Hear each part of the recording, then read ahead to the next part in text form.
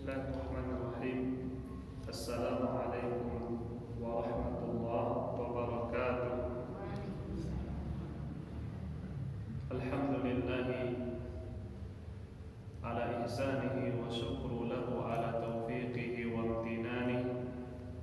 Ashhadu an la ilaha illallah wahdahu la syarika lah ta'ziman li sya'nihi wa ashhadu anna Muhammadan abduhu wa rasuluh ad-da'i ila ridwanihi salawatullahi wa salamuhu alaihi wa ala alihi wa ashabihi wa man sara ala nahjihi wa tamassaka bi sunnatihi ila yaumiddin wa sallama tasliman katsira, amma ba'd.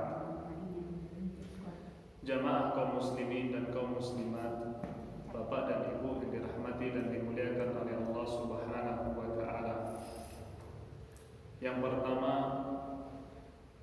kita memanjatkan puji dan syukur kita kepada Allah Subhanahu wa taala atas limpahan rahmat yang telah Allah berikan kepada kita, atas karunia yang Allah Subhanahu wa taala turunkan kepada kita.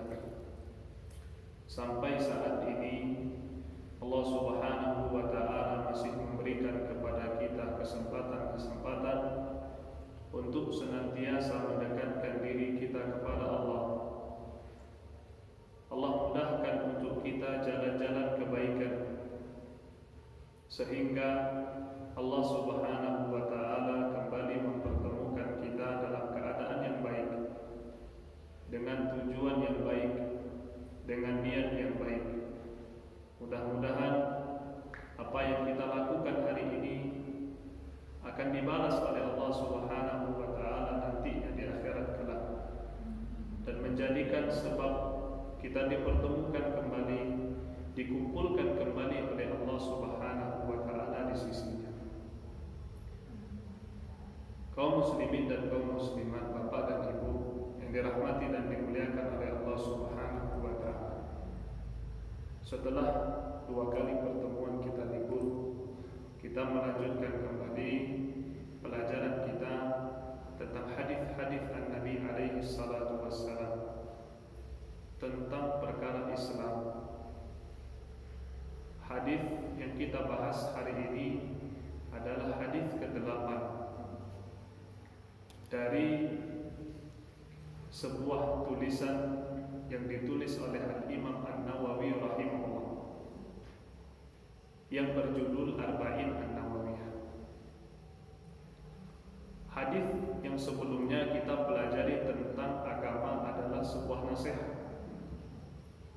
dan hadis yang sekarang kita berbicara tentang bahwasanya darah, harta kaum muslimin adalah harta yang dijaga, tidak boleh dirampas.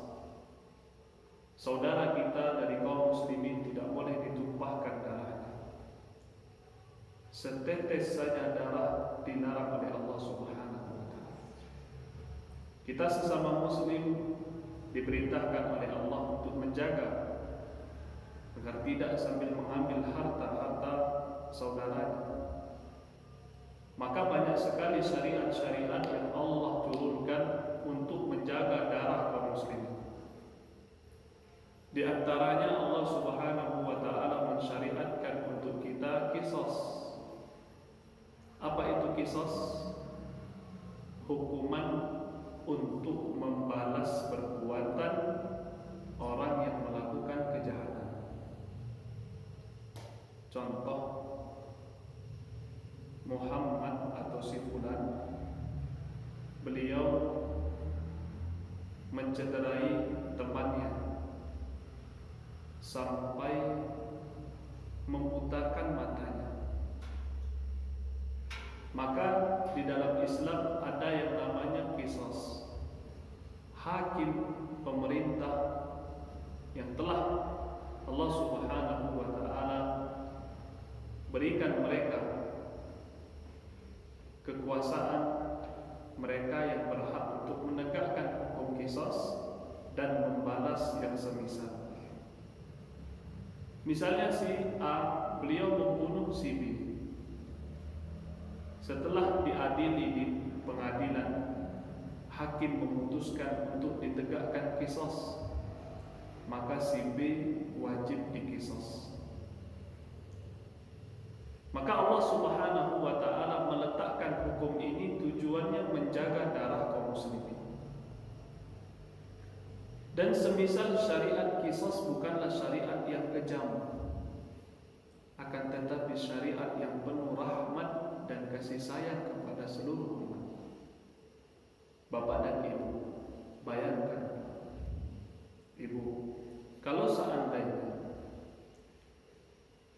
seseorang membunuh kaum muslimin, seorang muslim membunuh muslim yang lain, terjadi pembunuhan. Kemudian pembunuhan tersebut ditegakkan hukum qisas di hadapan manusia, maka manfaatnya akan benar-benar terasa. Di antaranya kaum muslimin akan takut untuk melakukan hal yang serupa. Kan kasih sayang untuk seluruh kaum muslimin. Kalau mereka tidak takut, nanti yang lain akan coba. Berarti dua orang yang akan meninggal. Yang barusan, nanti ada lagi muncul yang semisal dengan dia ini. Kenapa? Dia menganggap hukumannya kan ringan. Kalau saya kesal sama orang, saya bunuh aja sudah. Toh saya kalau dikurung, saya dapat makan. Toh kalau saya dihukum, saya sudah dihukum, selesai. Saya masih bisa nanti. Ketika diqisas, maka manusia khawatir. Kalau saya membunuh, saya juga akan dibunuh oleh pihak yang berwajib. Kemudian diantaranya, kalau seandainya orang ini sudah diputuskan hakim dia harus diqisas, maka orang ini tidak mungkin membunuh orang yang kedua. Jadi bagi orang lain mereka takut, yang satu ini ya kemungkinan untuk mengulangi perbuatannya tidak. Kenapa? Sudah mati, sudah dihukum. Maka kesimpulannya syariat qisas, syariat seluruh syariat Allah Subhanahu wa ta'ala adalah syariat yang terdapat di dalamnya maslahat, manfaat untuk umat. Walaupun menurut pandangan manusia itu berat. Contoh Ibu, puasa. Allah memerintahkan kita puasa. Setiap perintah Allah Subhanahu wa ta'ala pasti bermanfaat, pasti maslahat. Ustaz, bukankah puasa itu membuat kita lemah, kita tidak makan? Ya, menurut pandangan kita. Tapi setiap perintah Allah yang Allah turunkan di dalam Al-Quran, yang Allah perintahkan di Nabi SAW perintahkan dalam hadis, pasti mengandung manfaat yang begitu agung, yang begitu besar. Di antaranya qisas. Dan Allah Subhanahu wa ta'ala di antaranya untuk menjaga harta manusia, Allah syariatkan yang namanya had. Had itu hukuman bagi yang melanggar peraturan Allah. Contohnya mencuri. Siapa yang mencuri, maka dengan ketentuan-ketentuan tertentu, misalnya dia mencuri ya lebih dari seperempat dinar, dia mencuri di tempat yang tersembunyi, artinya tempat yang dijaga, bukan misalnya ada sebuah barang di tengah jalan, misalnya dia ketemu emas 1 kilo di jalan, contoh, maka ini bukan mencuri, ya. Tapi mencuri itu sebuah harta yang disimpan di tempat tertentu, misalnya dalam rumah, dalam lemari, itu mencuri. Sudah sempurna syaratnya, maka hakim memutuskan potong tangan. Kenapa? Islam menjaga harta kaum muslimin. Maka hadis yang akan kita bahas adalah hadis yang berkaitan tentang harta dan darah kaum muslimin. Kalau dia benar muslim, maka tidak boleh ditumpahkan. Kemudian nanti kita belajar kapan seseorang dikatakan muslim. Insyaallah kita pelajari. Bapak dan Ibu yang dirahmati dan dimuliakan oleh Allah, kita bacakan hadisnya. Hadisnya dari Ibnu Umar. Hadisnya sahih, diriwayatkan oleh Al-Imam Bukhari dan Imam Muslim. Hadisnya dari Ibnu Umar radhiyallahu taala anhuma, anna Rasulullah sallallahu alaihi wasallam qala, bahwasanya Nabi SAW pernah bersabda. Apa kata Nabi? Umirtu an uqatilan nasa. Saya diperintahkan untuk memerangi manusia. Artinya Nabi alaihi salatu wassalam diperintahkan untuk memerangi manusia hatta yashhadu an la ilaha illallah, sampai mereka bersaksi bahwasanya tiada sesembahan yang berhak disembah, tiada Tuhan yang berhak disembah kecuali Allah, wa anna Muhammadar Rasulullah, dan mereka bersaksi bahwasanya Muhammad adalah Rasul Allah Subhanahu wa taala, wa yuqimus shalah, dan mereka menegakkan salat, wa yu'tuz zakat, dan mereka mengerjakan zakat. Fa idza fa'alu dzalika 'asamu minni dima'ahum, kalau seandainya dilakukan hal-hal ini, apa itu? Syahadat, mengerjakan salat, mengerjakan zakat, maka kata Nabi alaihi salatu wassalam, dijaga darah mereka, harta mereka tidak boleh ditumpahkan, tidak boleh diambil illa bihaqqil Islam, kecuali dengan hak Islam. Contoh apa? Qisas tadi. Kan menumpahkan darah kaum muslimin, tapi hak Islam, Islam punya hak untuk menumpahkan darah. Kalau kita enggak boleh. Hanya hak dari Islam. Misalnya si A membunuh si B. Ternyata hakim mengatakan kamu harus dikisos. Berarti ditumpahkan darah muslim ini boleh? Iya, karena itu haknya Islam.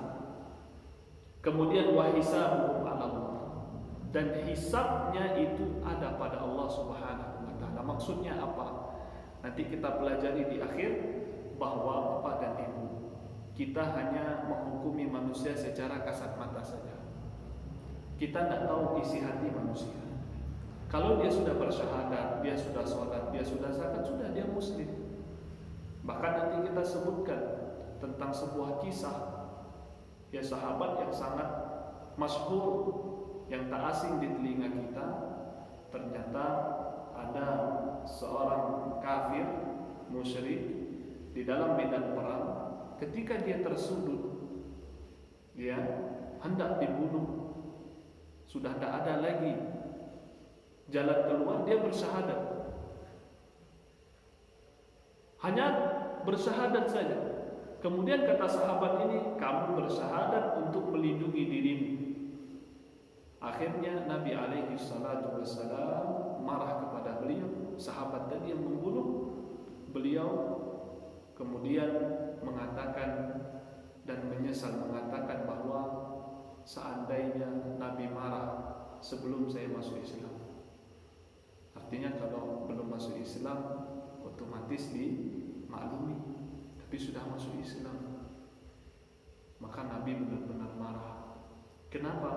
Kita sebagai kaum muslimin hanya menilai manusia dari luar. Kita tidak bisa menilai manusia dari dalam hatinya. Misalnya sekarang ibu duduk, saya tidak bisa bilang ibu ini tidak apa, pengajiannya tidak ikhlas dari hati, tidak bisa. Nah, ini datang ke masjid bukan untuk ngaji, untuk pamer aja tak boleh. Kenapa? Karena hati itu hanya Allah yang tahu. Kita hanya melihat alhamdulillah sudah hadir ke masjid, sudah mendengarkan pengajian. Karena walaupun tidak dapat ibu bapak, hanya hadir saja di majelis ilmu, itu sudah mendapatkan keutamaan yang besar. Tidak perlu dapat. Kalau seandainya tidak dapat, kita duduk, pergi kita dari rumah niat mendengarkan pengajian, karena letih dari pagi kerja sampai sore, akhirnya apa? Tertidur. Misalnya terjadi. Tapi jangan setelah itu daripada saya tertidur enak ngaji, usaha, tidak masalah. Kalau tertidur lagi tidak masalah. Kenapa? Karena para malaikat seluruh makhluk langit, seluruh penduduk bumi, bahkan ikan-ikan di lautan sedang beristighfar untuk orang-orang yang menuntut ilmu.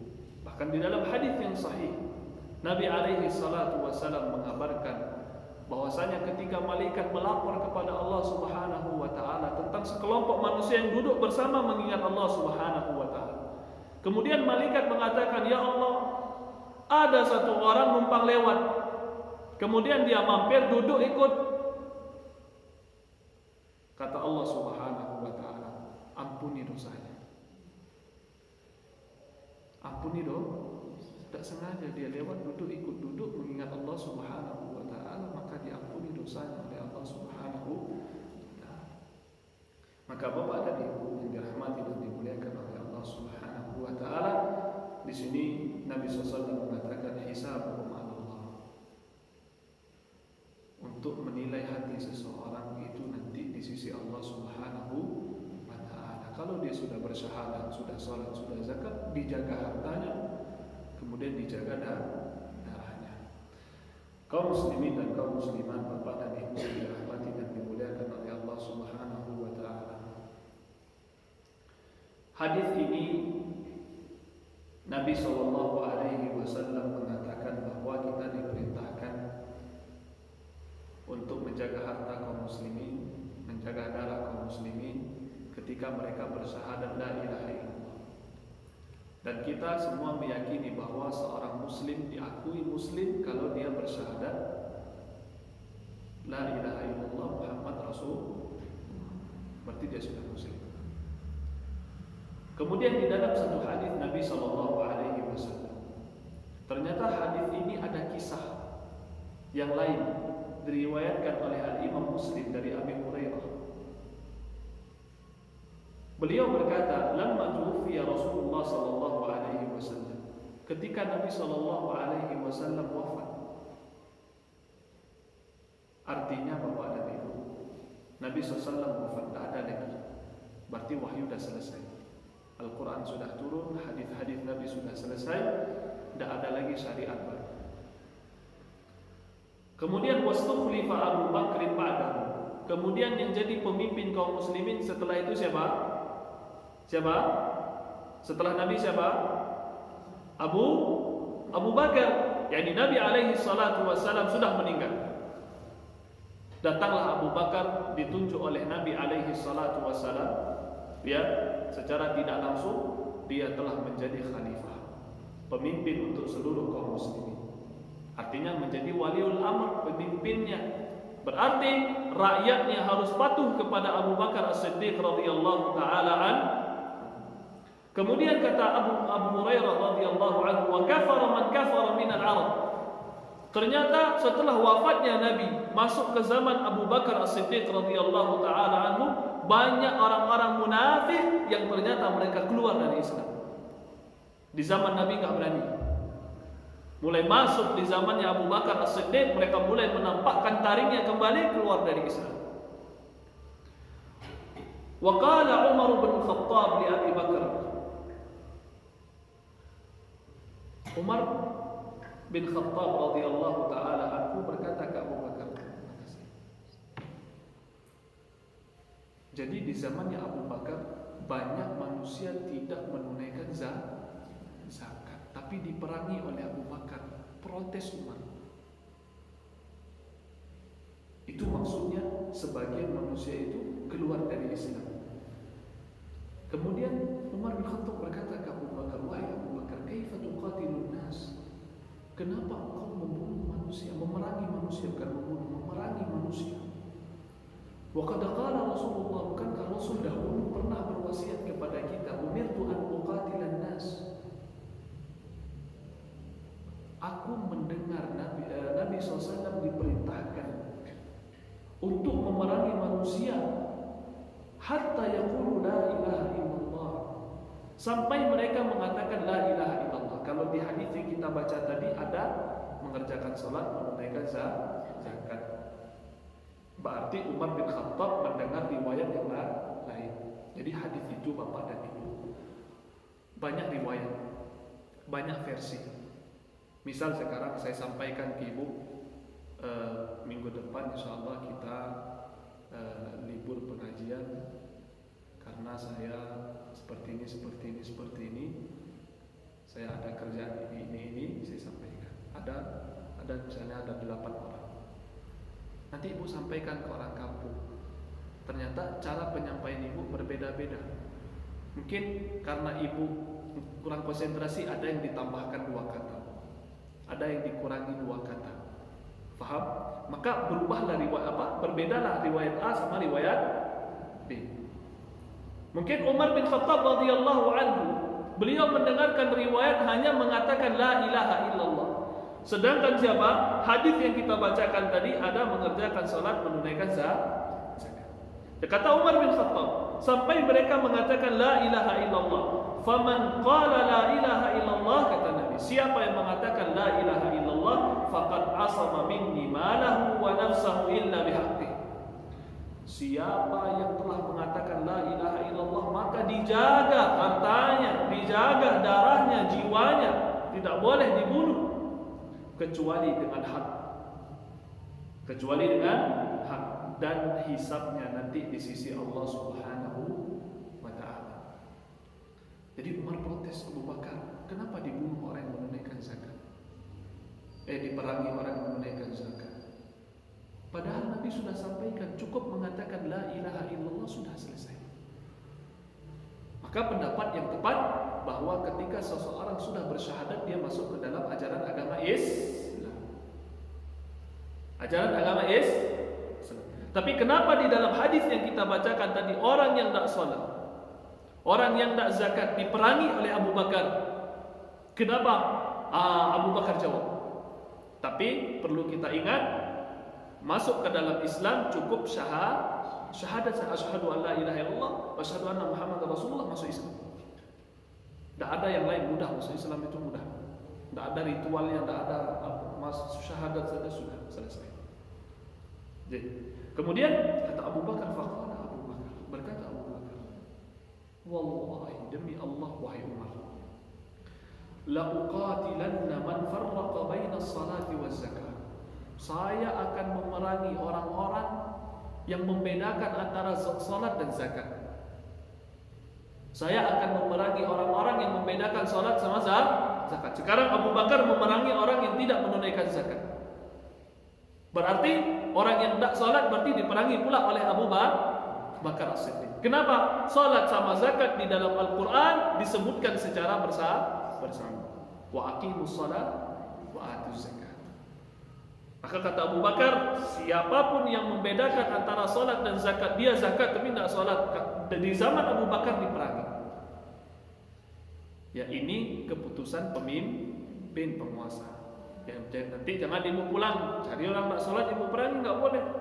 Kenapa? Itu ketetapan penguasa, pemimpin. Kita patuh kepada pemimpin kita patuh kepada penguasa kita. Kenapa Pak? Ibu, kita harus patuh kepada penguasa. Ustaz, penguasa kita zalim. Pak, Ibu, para al-ulama mengatakan, Nabi alaihi salatu wassalam mengatakan, wa idh daraba dhahraka wa akhadha malak. Walaupun engkau dipukul, engkau diambil hartanya, artinya dianiaya, dizalimi. Engkau dipukul, dianiaya, diambil hartamu, maka engkau wajib tetap untuk taat kepada siapa? Penguasa. Artinya dizalimi kita harus tetap taat. Kenapa? Kata para al-ulama bahwa menaati penguasa adalah satu cara untuk bersatu, tidak berselisih. Karena dari pondasi pokok agama kita tidak boleh berpecah belah. Harus tetap berada dalam satu barisan walaupun kita berbeda pendapat. Faham? Bapak dan Ibu yang dirahmati dan dimuliakan oleh Allah. Dan yang kecil, misalnya Pak Wali Jono, Wali Negari, kecamatan, kelurahan, itu semua wakil dari wali yang paling tinggi. Maka wajib kita menaati mereka. Kenapa? Kalau mereka kita memberontak, akan terjadi perpecahan.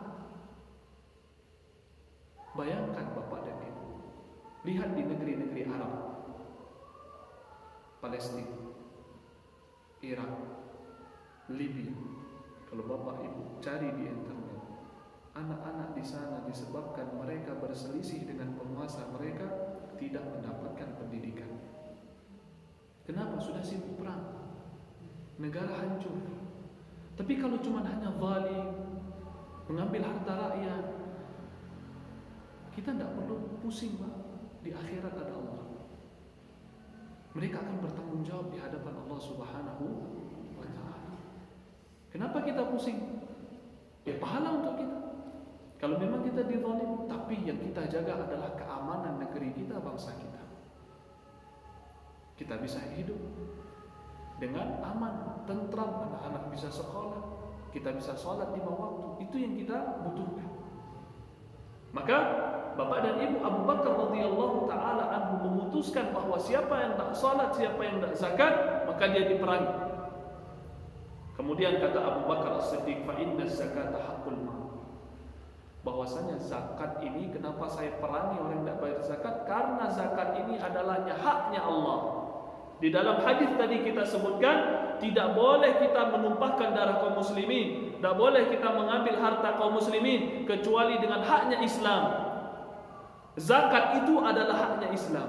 Maka Abu Bakar berpendapat bahwa zakat adalah hak yang harus ditunaikan, itu adalah haknya Allah Subhanahu wa taala. Yang tidak menunaikan berarti diperangi oleh Abu Bakar As-Siddiq radhiyallahu taala. Kemudian kata Abu Bakar As-Siddiq, wallahi, demi Allah, law mana'uni iqalan kanu yu'addunaha ila Rasulillah sallallahu alaihi wasallam laqataltuhum ala madhihi. Demi Allah, kalau seandainya mereka tidak mengeluarkan zakat yang mereka keluarkan di zaman Nabi. Di zaman Nabi dia keluarkan zakatnya, di zaman saya tidak dikeluarkannya.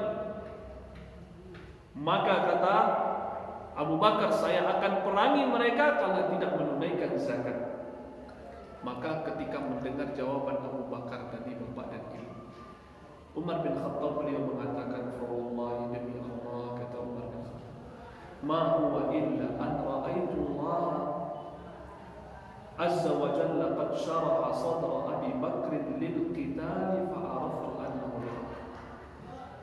Demi Allah, kata Abu Bakar As-Siddiq, demi Allah, kata Umar bin Khattab, aku tidak melihat pada diri Abu Bakar kecuali aku melihat Allah telah melapangkan dada Abu Bakar. Artinya Allah telah memberikan hidayah kepada Abu Bakar tentang permasalahan ini. Artinya Abu Bakar berada di atas kebenaran. Maka muncullah pendapat Abu Bakar bahwa orang yang tidak salat, tidak berzakat juga akan tetapi untuk syarat masuk ke dalam Islam adalah syahadat kepada Allah dan syahadat kepada Rasul alaihi salatu wassalam.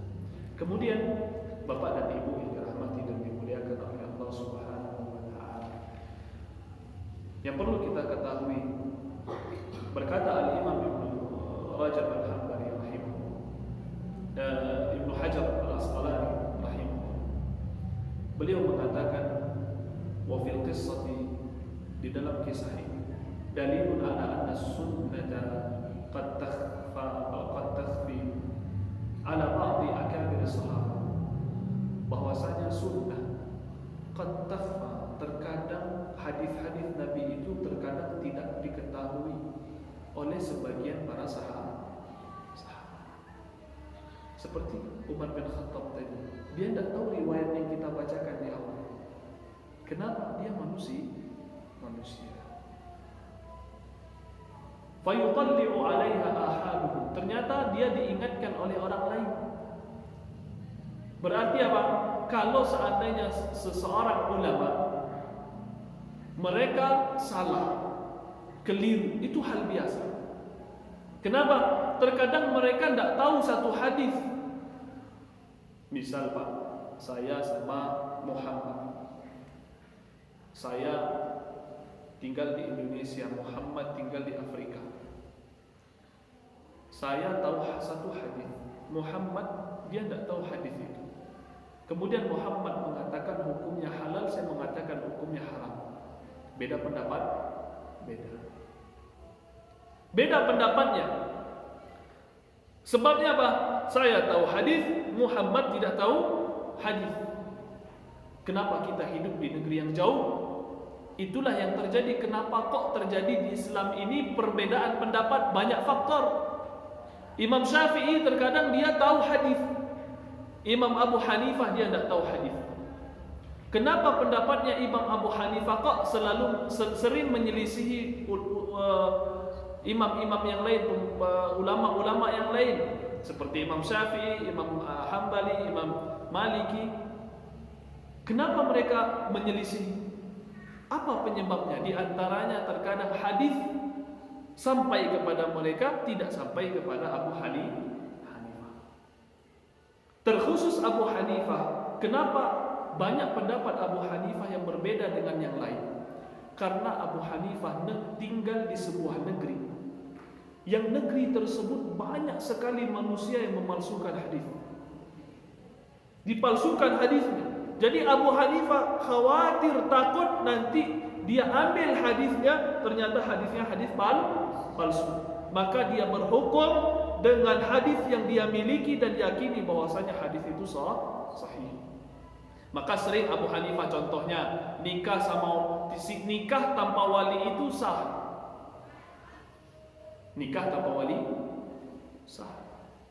Maksudnya saya ada anak perempuan misalnya, ya anak si fulana, saya nikahi, tapi tidak tahu bapaknya. Kata Abu Hanifah sah. Tapi kata Abu Hanifah wajib dilakukan walimah. Kalau tidak walimah tidak sah nikah. Intinya sama saja Pak. Wali dia tidak tahu, tapi kalau walimah satu kampung dia pasti tahu.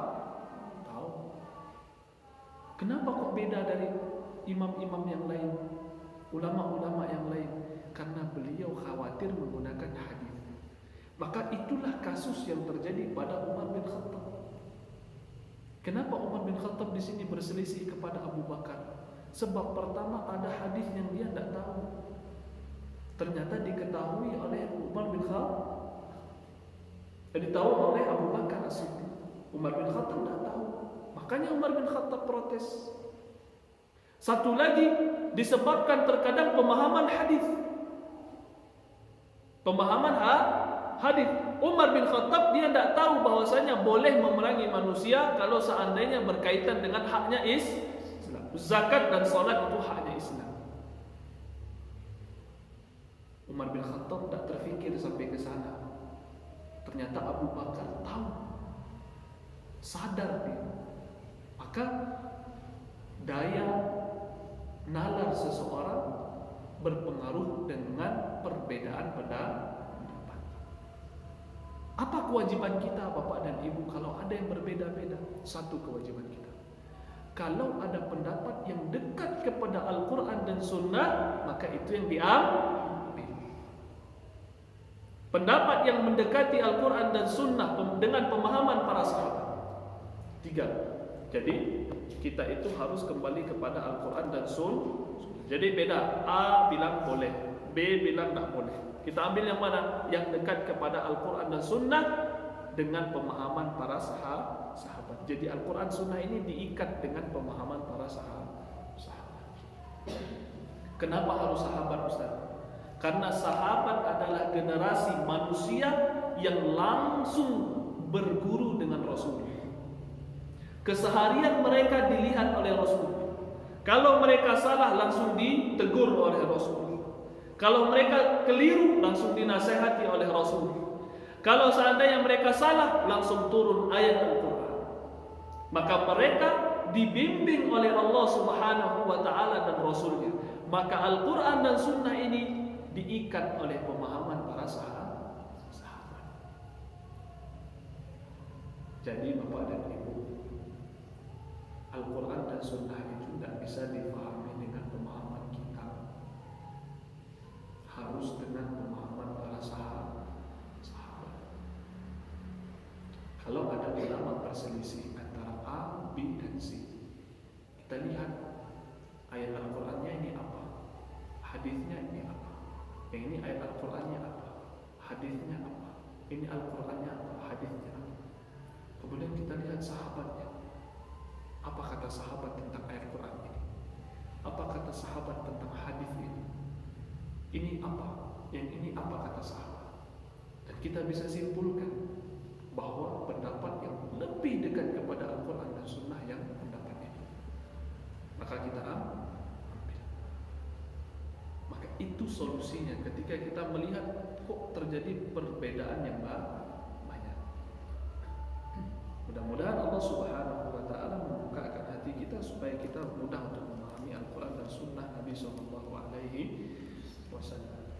Bapak dan Ibu yang dirahmati dan dimuliakan oleh Allah Subhanahu wa taala, para ulama ya mengatakan bahwa untuk masuk ke dalam ajaran agama Islam sebagaimana yang disebutkan oleh Imam Ibnu Rajab Al-Hambali, bahwa cukup dengan 2 syahadat.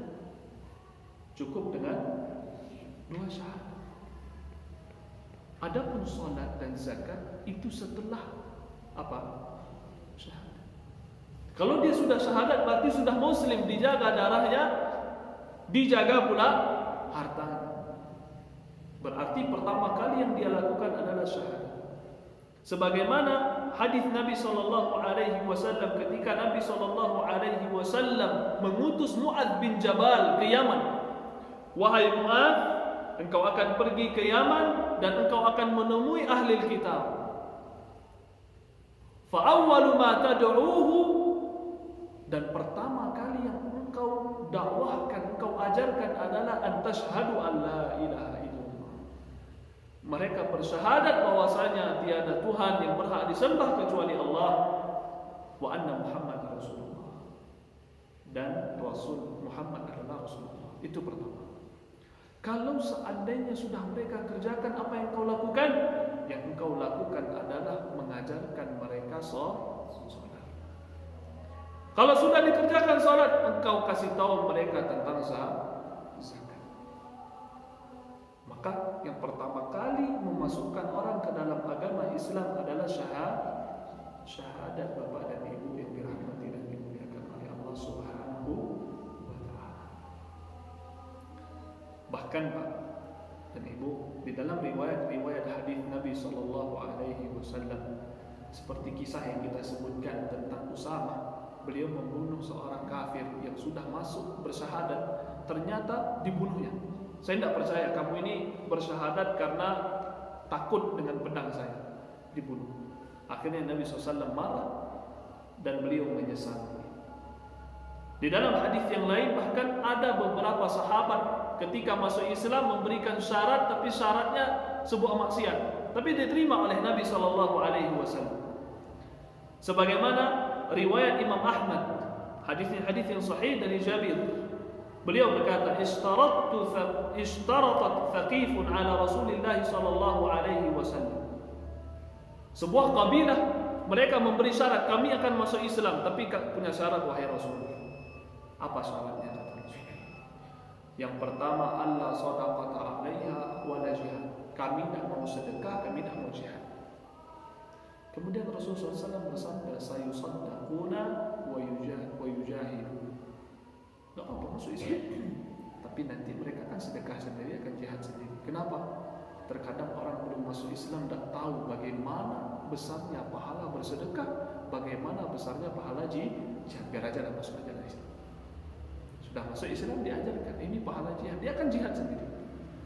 Bahkan di dalam hadis yang dhaif, kita sebutkan hadis ini adalah hadis yang dhaif, hadis mubham, ya. Tapi di sini Imam Ahmad rahimahullah beliau mengambil faedah dari hadis ini. Apa kata beliau? Bahwasanya Nabi sallallahu alaihi wasallam datang. Nabi sallallahu alaihi wasallam didatangi oleh seorang pemuda. Beliau mengatakan, fa aslama ala alla yusalli illa salatain. Dia mau masuk Islam dengan syarat salatnya 2 kali sehari. Maksiat kan 2 kali sehari. Salat kita 5 kali. Dia, wahai Rasul, saya mau masuk Islam, tapi syaratnya 2. Apa syaratnya? Saya mau salatnya 2 kali. Ya, tidak apa. Kata Nabi apa? Tidak apa. Silakan. Nanti setelah dia masuk Islam baru diajarkan. Bahkan Al-Imam Ahmad rahimahullah, beliau mengatakan, yang mengambil faedah dari hadis ini, wa yasihul islamu ala syartil fasid. Boleh sah Islam seseorang walaupun dia memberikan syarat yang rusak. Saya mau masuk Islam tapi tidak mau puasa. Ya ibu bilang tak apa-apa, yang penting syahadat. Ya sudah, masuk Islam diajarkan. Ini diajarkan Islam, ini diajarkan Islam. Syarat perlahan. Itu pendapatnya Imam Ahmad rahimahullah ta'ala. Terus setelah itu kita ajarkan syariat-syariat tentang bagaimana pahalanya puasa, bagaimana Allah wajibkan puasa, bagaimana ancaman orang yang tidak berpuasa. Ya, ini yang disebutkan oleh Imam Ahmad rahimahullah. Bapak dan Ibu, ada sebagian golongan, ya, mereka mengatakan bahwa masuk ke dalam Islam itu ada syarat-syarat yang lain. Di antaranya dia harus mengetahui tentang Allah dengan akal yang benar-benar dalam. Maksud akal yang benar-benar dalam, dengan pemahaman yang benar-benar dalam sekali. Bagaimana Allah, bagaimana dia harus tahu. Sebagian, kalau tidak dia tidak boleh masuk Islam. Maka kita jawab ini pendapat yang keliru. Banyak sekali hadis-hadis yang menerangkan cukup dengan syahadat masuk ke dalam ajaran agama Islam. Bahkan Al-Imam Ibnu Daqiq, seorang ulama Ibnu Daqiq Al-Aid, beliau menjelaskan hadis ini dan mengatakan, wa fihi dalalatun zahiratun li madhhabil muhaqqiqin wal jamaahir min as-salaf wal khalaf. Di dalam hadis ini, hadis yang kita bacakan tadi, terdapat dalil yang begitu nyata dan jelas bagi ulama-ulama Ahlus Sunnah wal Jamaah dari terdahulu sampai hari ini. Apa? Anna al-insana idza i'taqada dinal Islam i'tiqadan jaziman. Kalau seseorang sudah yakin dengan agama Islam, cukup yakin, tidak perlu dia cari dalil yang begitu dalam sekali tentang Islam, tidak perlu. Cukup yakin Islam agama yang benar, ya, la taruddu fihi, dan tak ragu dia, kafahu dzalik, cukup. Tak perlu dia harus cari dulu tentang Allah, dia cari dulu dalilnya, dia buka lagi buku, tak perlu. Ketika orang kafir datang, saya mau masuk Islam, sudah, tafadhal baca syahadat. Syahadat asyhadu an la ilaha illallah, dia belum kenal Allah, belum tahu bagaimana salat, belum tahu bagaimana sifat-sifat Allah, belum tahu nama-nama Allah, urusan belakang. Sudah masuk Islam, baru diajarkan. Tapi mereka sebagian kelompok, dia harus tahu dulu tentang Allah secara detail. Dia harus tahu dulu ini dan itu. Maka baru dia masuk Islam. Kata Ibnu Daqiq Al-Aid, dia cukup yakin di dalam hati, kemudian dia tidak ragu, maka cukup baginya dan dia masuk ke dalam ajaran agama Islam. Wala yajibu alaihi ta'allum adillatil mutakallimin. Maka tidak perlu dia mempelajari dalil-dalil orang kala ahlul kalam. Mungkin sebagian ibu tidak tahu itu apa itu ahlul kalam. Mungkin saya jelaskan sedikit. Ilmu kalam, atau bahasa lainnya kalau orang pondok menyebutnya ilmu mantiq. Kalau bahasa lainnya filsafat. Kalau ibu masuk ke universitas ada filsafat Islam. Itu namanya mutakallimin, ilmu kalam, ilmu filsafat. Apa itu? Ilmu akal. Ilmu akal. Artinya apa? Mereka mengatakan bahwa syariat ini harus berjalan sesuai dengan akal manusia. Jawaban kita tidak. Jawaban kita tidak. Kenapa? Sebagian besar syariat ini tidak bisa difahami dengan akal. Tapi akal yang sehat, akal yang benar, mereka akan sejalan dengan syariat ini walaupun mereka tidak tahu seperti apa. Contoh, Ibu, saya seringkali mungkin tidak pernah di sini saya kasih contoh tentang buang angin. Kita buang angin keluarnya dari dubur, dari belakang. Tapi kenapa yang dibasuh muka kalau wudu? Faham Ibu maksudnya? Saya sholat batal. Kenapa? Buang angin. Terus saya pergi ke kamar mandi, saya wudu, yang saya cuci apa? Dubur saya atau muka saya? Sekarang saya tanya, apa dalil akalnya? Masuk akal nggak? Masuk akal nggak? Yang perkara ringan saja tidak masuk akal, apalagi tentang Allah Subhanahu wa Ta'ala. Apalagi tentang makhluk-makhluk Allah yang gaib. Bagaimana tentang arsy Allah yang luasnya, kata Nabi SAW, bagaikan sebuah padang pasir yang dilemparkan pada padang pasir itu sebuah cincin 2 kali lipat dari itu. Karena itu ukuran kursi dengan arsy. Ukuran arsy dengan dunia, langit dan bumi ini bagaikan sebuah padang pasir, ya, sedangkan bumi dan langit itu bagaikan sebuah cincin kecil. Terus kita mau nalar pakai akal tak mungkin. Maka terjadilah banyak pemahaman yang keliru. Ya, kemarin saya ikut seminar, sempat hadir 2 pekan yang lalu saya ikut seminar tentang sejarah filsafat. Kenapa filsafat itu bisa merusak Islam? Filsafat ini tumbuh dari yang diambil oleh Islam. Jadi filsafat itu, Pak, saya jelaskan sedikit supaya tidak salah paham. Filsafat itu di setiap tempat itu ada filsafat. Pasti ada. Negeri Minang ada filsafatnya, ada. Jadi filsafat itu pola pikir, itu namanya filsafat. Jadi orang Minang ini punya filsafatnya sendiri. Terlarang tidak filsafat? Filsafat boleh. Yang tidak boleh ketika dimasukkan ke dalam Islam, tidak boleh. Karena Islam itu dengan akal yang telah tunduk kepada syariat